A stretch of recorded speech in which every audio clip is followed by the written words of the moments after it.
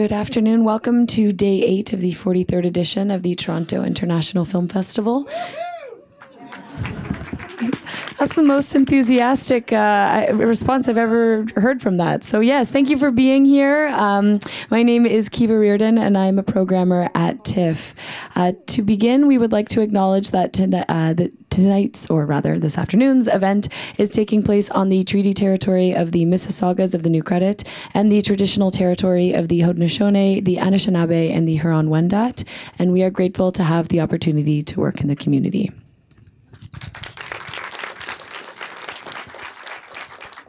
It's a great honor this afternoon to be presenting the debut feature by Soudade Kaadan, the debut fiction feature by Soudade Kaadan, The Day I Lost My Shadow. You should actually applause there. That was my...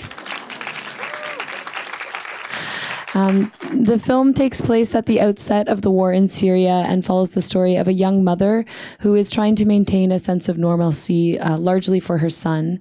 But between the power outages, water shortages, and the shelling that's taking place just mere blocks away, this task becomes increasingly difficult. And then when what should just be a very short day trip goes awry, Sana, the young mother, finds herself drawn deeper into the conflict, but also increasingly into what seems to be another world.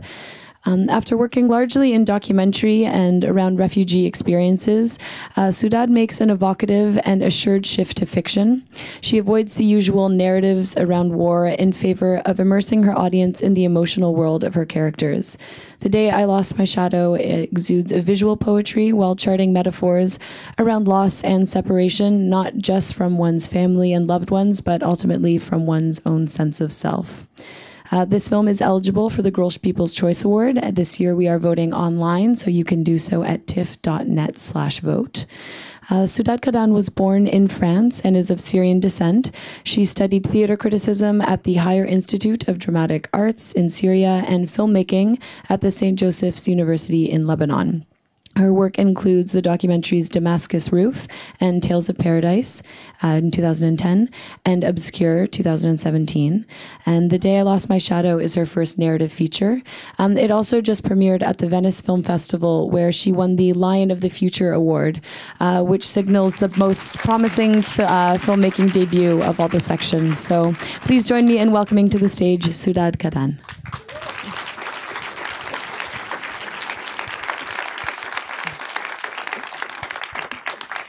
I want to thank first Kiva and Toronto for inviting the film. She saw the film 1 year ago when we were starting working on it. It was a long process to making it. So this is not the evident film you see about Syria, the usual images. So that's why I'm grateful for showing different voices, different stories coming from Syria. I wrote this film in Syria starting from 2011, 2012. End of 2012, I went to Lebanon. I'm not talking now about the film. I hope you will stay to the Q&A so we can talk about it, have a chat, and thank you for coming. Thank you so much for being here and for sharing the film with us. You mentioned at the beginning the film took a long time to make. Can you talk about the development of the script and the story? Okay, I started writing and working on the film in Damascus, Syria, starting from 2011. And until 2011, I didn't want to leave before I finished the first version of the script, and I secured the financing, development financing in Damascus, Syria. I needed to feel that the script is reflecting what I felt at this year. And that's why it's limited for 3 days of her life of Sana that time, in this duration of time. And then I left to Lebanon and started this journey of financing a production with my sister and producer Soudade Kaadan to make this film. It took 7 years, and we made the production in Lebanon, and then we got to post-production in France and Greece until we could finish the film. Yeah. And the film is very striking for many reasons, and one that very much stood out to me is the mix of realism and then also these almost magical realist elements as well. Can you talk about that choice?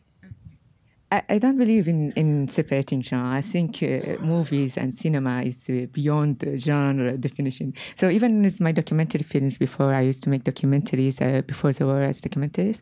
I tried also to mix between animation and documentary, between mythology and fiction. So it's a kind of my pleasure as a filmmaker to play with the border of films and reality and fiction.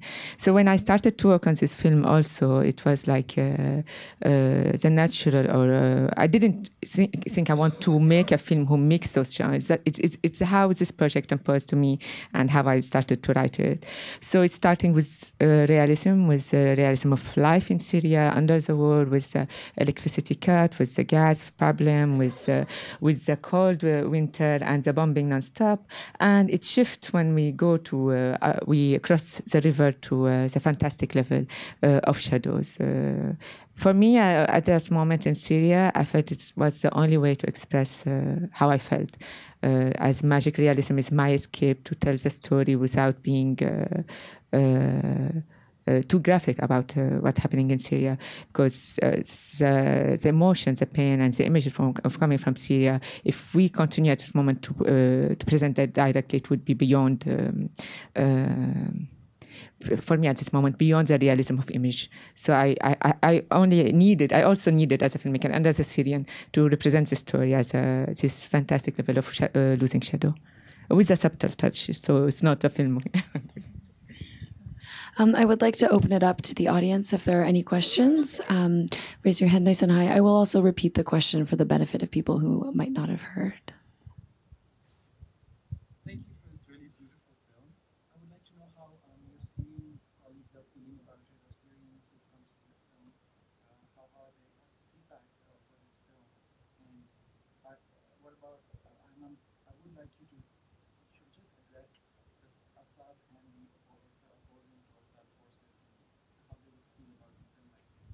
So the question is in regards to reactions of any Syrians who have had the chance to see the film yet, and we don't need to necessarily get into the politics of it directly, but I think as the reactions of Syrians watching the film. My first concern as a Syrian making the film and in every moment in it was my Syrian audience. So I wanted to make this film to represent them at that time and to touch them. I wanted, it was my statement, something we shared at this moment. I didn't want to make a film to go to festival and present. And this film, I'm grateful to be here also and going. It's okay. But yes, I felt if I didn't touch my local audience, which scattered around the world, if I didn't be honest and reflecting what's happening in Syria, I would. For me, it was completely lost. It's like a failure. So from starting the project, it was very difficult to make it because I wanted. This was my obsession as a Syrian filmmaker to do it while I'm in exile in Lebanon and making the film. So I was working every detail. For you, maybe Lebanon and Syria is exactly the same place, but it's completely different. So it was a long work and research on location and details and decor and costume and actors. We were scattered around the world just to make it feel like we have even a production consultant designer of Syrian identity, something we created in this film to make sure that one element, because it's so close, Lebanon and Syria, goes out with a difficult show and struggle to make an independent film, and it paid off because while we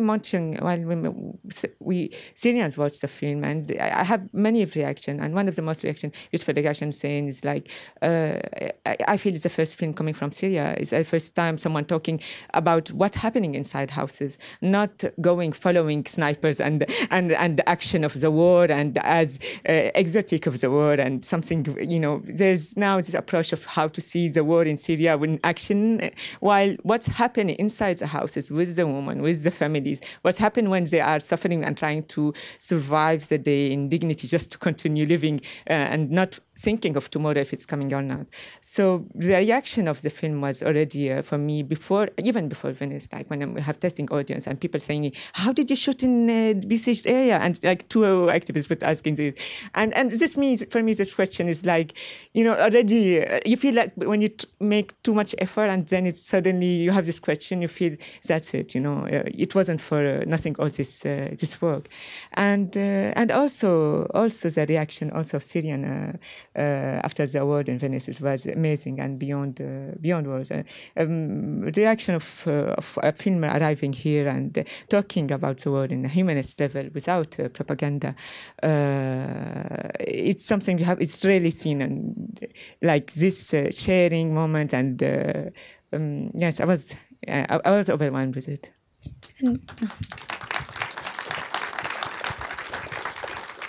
And to build on this as well, it was very important for you to cast Syrians in the film as well. Can you talk a bit about that and the casting process as people were dispersed? Yeah.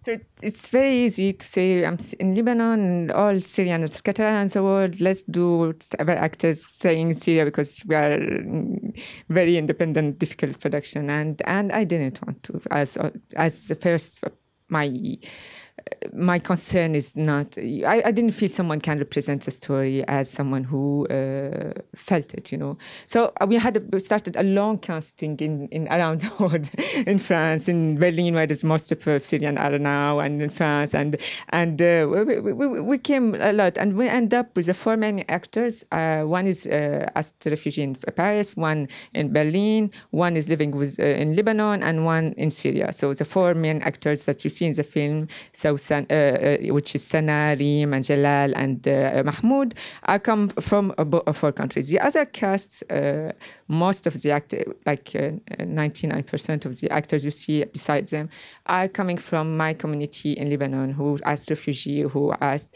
in Lebanon. And I felt, also my background as a documentarian, I felt that this is a personal project. It's not my film only, so I needed to share this moment, to work on it, and to express it, and that's how you feel also during shooting. The boundaries between realism and shooting mixed, because when the shot finished, the emotion was still there. The actors still telling me, I remember my son I lost, my brother that I lost, and the emotion of happiness also but also because I work as a documentarist, I know how the power of art to heal somehow, just to express what you felt in a film.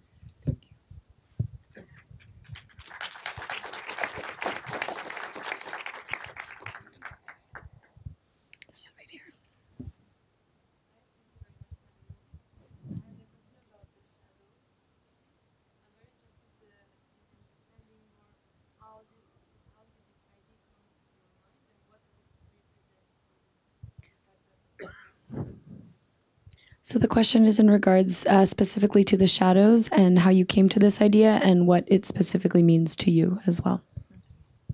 The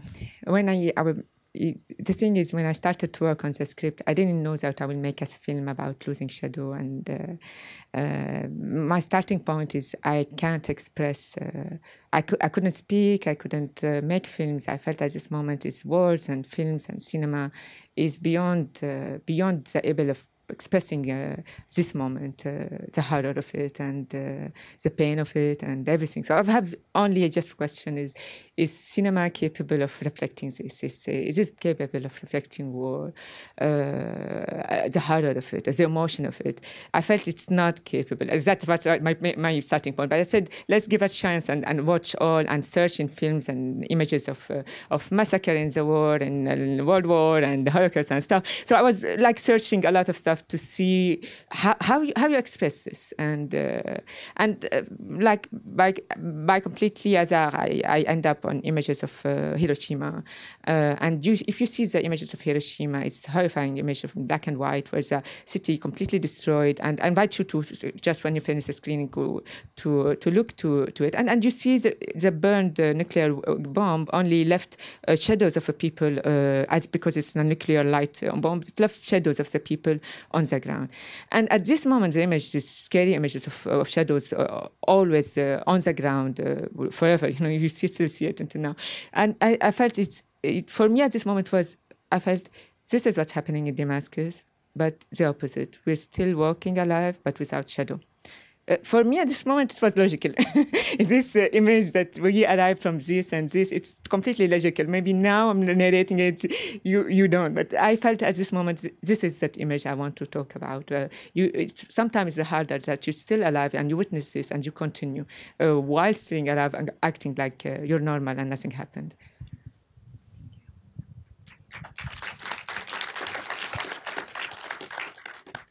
It's right here in the center.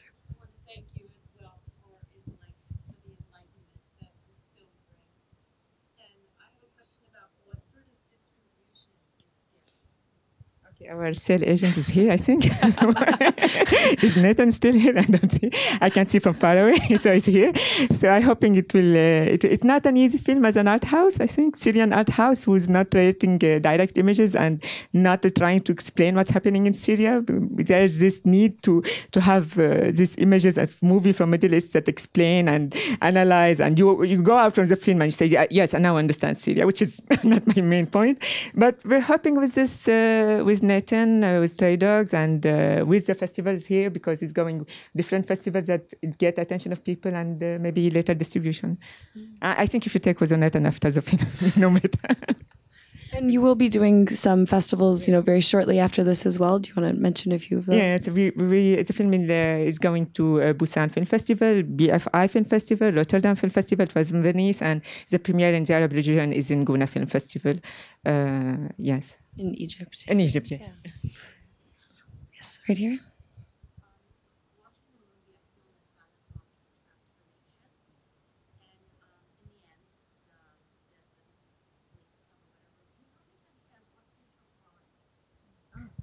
There's no crime. Just the question is about the why the police come yes, to the apartment. And this is the story, and it's a very good question, because this is the story. If she made this journey or not, that's the same result. There's no reason why suddenly you would take under a regime living with secret agents. So she was working in a pharmacy where they were suspecting she was helping people. So it would be automatically taken. She was making a journey or not, and that's why it's a little bit the claustrophobic ending and this like closed ending of it. But it might be also the journey she made, and for me, I end up with this moment and not with the shadow moment, because we're thinking how to end this film, and we end up with a secret agent arriving, or we end in with her losing shadow. I end up with this moment because the fear of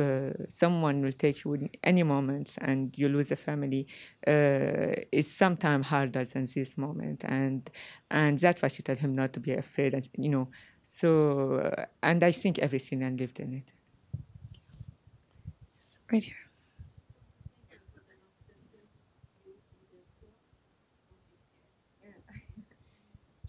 So as the comment is in regard to the last sentence of the film of "Don't be scared." Can you expand a bit on why it was important to end on that note? Because, as I said, it's a fear. It's a fear that one day you will be taken. It's a fear that the family will disappear. It's a fear that no one knows the reason, and the fear of torture. So don't be scared is like.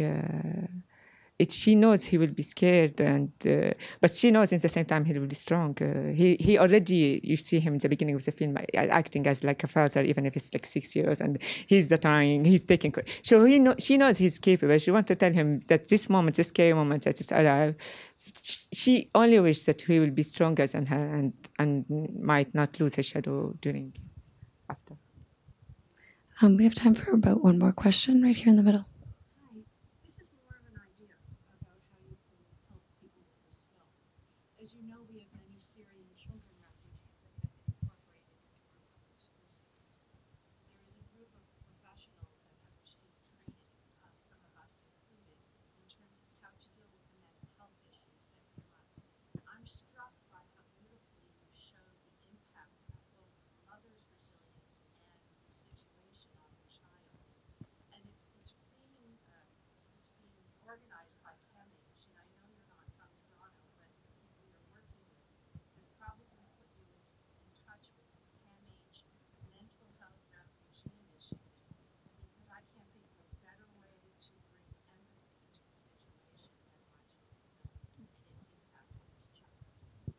Thank you. Thank you for that. And thank you all for being here. Please, another big round of applause for Soudade.